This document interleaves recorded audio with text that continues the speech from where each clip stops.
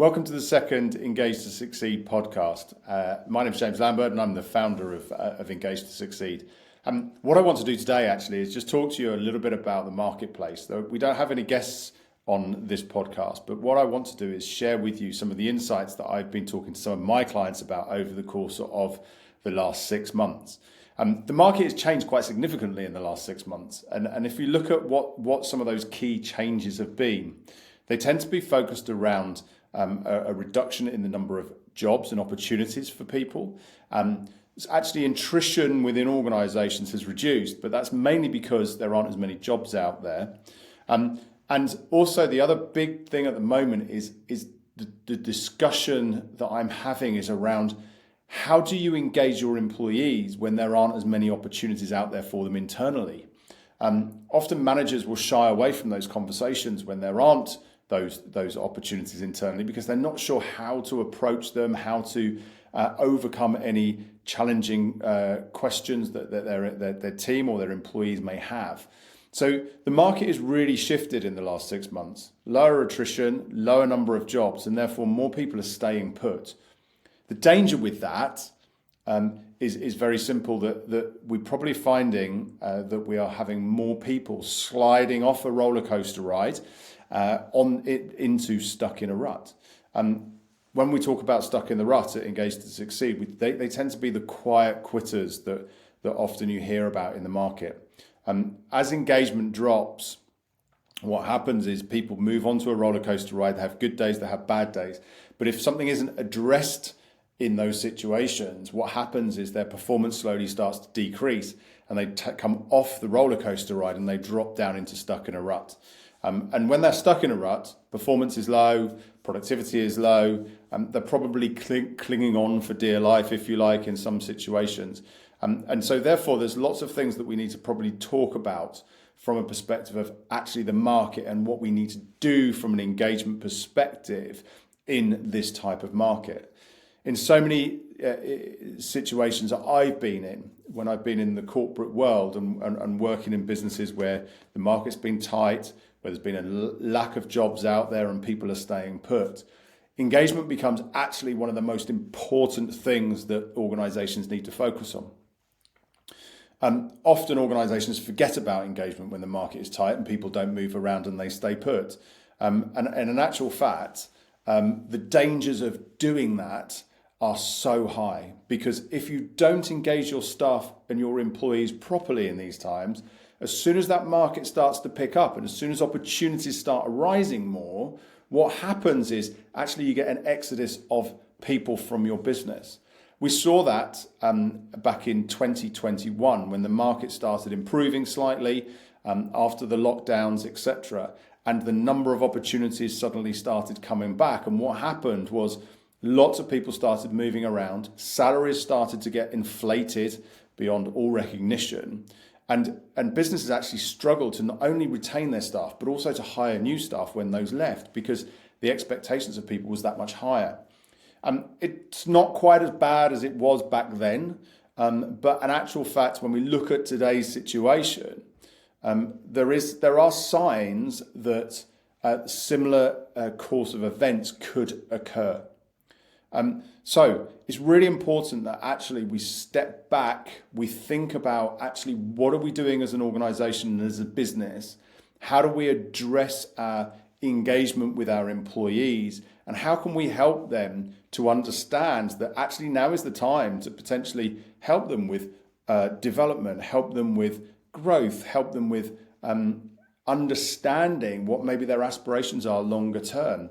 Because if you do that, what you inadvertently are doing is helping them to realise the value that you as an organisation have on them.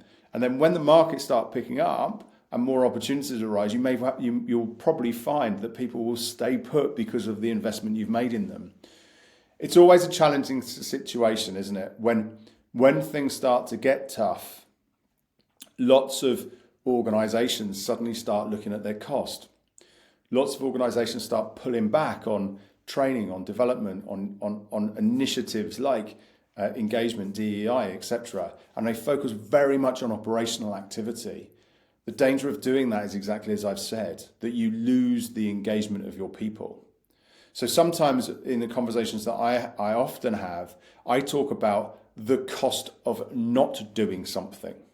And the cost of not doing something and not working with your employees, looking at development, looking at how you can engage them more effectively, looking at how you can help them to love their job more every day, all of those things. The cost of not doing that is when the market picks up, people leave. We know the cost of people leaving.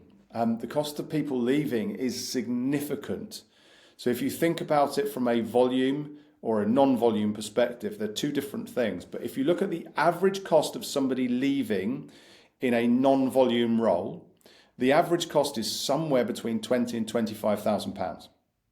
So if you look at that cost and you think if 10 people leave and it's £25,000, if 10 people leave, the cost of the business is £250,000. If you multiply that up by 20, 30, 40, 100 people, even 1,000 people leaving across the course of a year, and you think about the cost of that to the organisation, it's significant. And when you suddenly start looking at that cost, it's not just about the salary of the person, it's the time it takes to get them up to speed.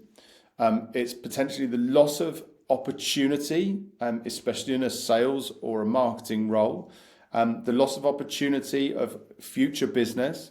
Often relationships leave with people as well. So if you've got some internal relationships, that can have an impact.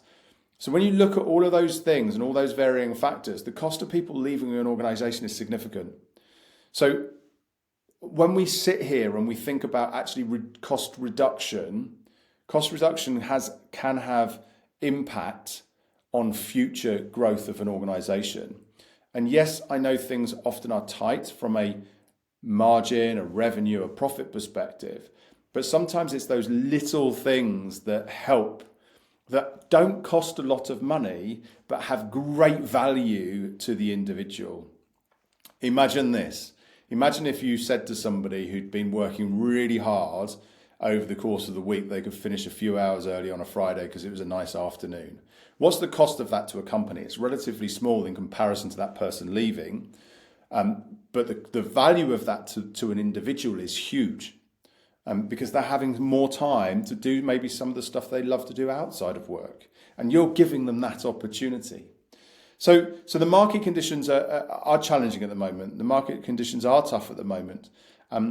Often in these periods of hard business, let's call it, we really need to step back and think about how we can improve the lives of our employees on a more regular basis. Yes, we need to make sure that we're driving forward and we're looking at all opportunities to improve the business. But one of the fundamental things that we need to think about is our employees. Often organizations forget that employees are the people that drive the business forward. And if you don't engage with your employees in the right way, the impact that can have is that they leave. And if they leave, you have to just keep hiring and keep hiring. And eventually you will get to a point where the business will grow to a certain point where it becomes sustainable. But if you're a small to medium-sized business, it can be incredibly tough to spend all of your time continuing to hire. Also, the other thing with the situation that we're in, I touched on it a little earlier, the market will eventually pick up. And when I look at and the conversations I've been having with people that sit within the HR communities, the market will eventually pick up. People will slowly start hiring again. And actually, it's those people, when people start hiring again, it's the people that you probably don't want to leave that are likely to be the people that get tapped on the shoulder and do leave. Whenever I talk about the Engage to Succeed model and the 4 levels of engagement, if you've got somebody that is flying high in your organization, which is what we classify as true engagement, if they get a call from a recruiter, an agency, a headhunter, whoever it might be, and they get asked the question, are you looking for a new job? The likely answer to that question is no, I'm not. Because they're really enjoying what they do, right? They have high degrees of passion, they have high degrees of performance, they're loving their life, they're loving their job, and therefore they're unlikely to accept or even entertain a conversation around another opportunity. The danger is, though, that actually if something happens and their passions start to drop and they move down onto a roller coaster ride, they are the people that tend to answer the question of, are you looking for a new job? Their likely response is no, but what have you got? And if they've got the recruiter has got something that's really interesting, maybe it's paying a little bit more money, gives them something to develop, to grow into. Maybe there's an opportunity to do more of what they love in another company. The likelihood is that if they go forward and they get an interview, they're the people that tend to do very well at an interview because they've got lots of great stories to tell. They've got lots of great achievements to talk about. They talk very openly and fluidly about their experience and about what they're doing. And so they tend to impress the person that's interviewing. And they're the people that tend to leave. And they're also the people that you don't tend to want to leave because they are strong performers. So it's about actually, in the market that we're in at the moment, it's really important that you find the time to spend with your employees. Understand what's important to them. Understand what they want to do more of. Understand what they love. Understand if they've got that nice balance between their work and their life. If they haven't and that's out of sync, that can play an important part. And I read something the other day about somebody, the best salesperson in an organisation that won loads of awards, was getting loads of great commission, and then came into work one day and resigned. And they asked him, why did you resign? You're our best salesperson. And they said, exactly. I'm working loads and loads of extra hours to achieve what I achieve. And there's no recognition around the amount of hours I'm working. There's recognition about how good I am, but there's no recognition about the hours that I'm working and actually does that fit with my life? And at the time it didn't. So therefore the only opportunity was for them to leave. They obviously tried to keep him, but guess what? It was too late. So he left anyway. So this is a great example of actually how we need to talk to our employees around what's going well, what's not, what are they enjoying, what are they not enjoying. Controversial, a survey doesn't do that. An engagement survey does not tell you at an individual level what somebody is looking for or how they're feeling or what's going on. Yes, it gives a baseline of data. Yes, it gives you a baseline of information that the company can use to hopefully help with developing kind of tools, opportunities from a company perspective.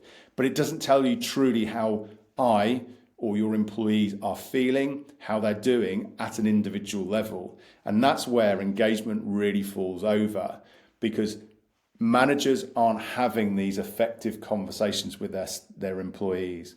Managers are struggling to engage their employees in a way that helps them to really support their engagement. One person might want development. One person might want to just finish on time every day. One person might want to go and do something somewhere else. One person might be motivated by money. One person isn't motivated by money. Everybody is individual. And so therefore, when the market is difficult, this is the time to have those conversations and to help you to understand that person. Because if you understand that person and you truly understand that person, the likelihood is that when the market picks up, they will stay because you'll help them to spend more time flying high and loving their job more every day. So the market conditions are tough at the moment. There's not a great amount of opportunity. Attrition is probably dropping slightly. There's a lot of factors out there, whether that be the general financial markets, whether that be the election in the UK that's coming up. There are factors that are having an impact on it. But don't put engagement to one side. Don't put training and development to one side. This is the time where you have to invest in your employees to get the most out of them and for them to feel valued. So if you're struggling with an engagement survey, or you're struggling with thinking around what's the next engagement strategy that we need to think about, stop and ask the question of why are we doing it and what is important to us as an organisation. If you answer those questions, the likelihood is that what will happen is you'll realise that you've got to start talking more with your individuals, helping your managers to become more effective at conversations. And therefore, what will happen is inadvertently, you'll drive engagement up. So don't be afraid to have the tough conversations if you're a manager. Engagement isn't, as a manager, it's not down to you to engage the individual. The individual owns their own engagement. And if you can help the individual understand that, and you can support them to do more of what they love, you'll find that their engagement levels will naturally go up. If you're interested in finding out more about this, then clearly do get in touch with me, and we can talk about how we do this at Engage to Succeed and how we support other clients in helping their managers to engage their teams more effectively, have more effective conversations, and help them to drive their own careers forward, or just to do a great job at what they do because that's what they want to do. So the market's tough. Don't be disheartened by it. Things will start improving, and let's make sure that when things do start improving, you've done the right things during this time to engage your employees in the right way, so they want to stay with the organisation and stay with you. I hope you've enjoyed this. It's a bit of a short one today, but there will be another podcast coming in early July, and I'm super excited to be doing this one. I'm inviting somebody onto the podcast with me, and the person that's joining me is actually going to be a lady that was my first client when I set up Engage to Succeed. And we're going to be talking about how she uses the Engage to Succeed model and how she's used it over the course of the last 6 months to not only help to rediscover herself a little bit, but also to help her to drive her career forward as well. So you get some real first-hand experience of how the model and Engage to Succeed could help you as an individual, but also actually from an organizational perspective, how we could help your employees to become more engaged. So thank you for listening. Super excited to be sharing the news about the next podcast, and I look forward to hearing your views and feedback on this. Always open to controversial discussions to make sure that we stay on point around what we're doing in the marketplace. Thank you for listening, and look forward to talking to you again soon.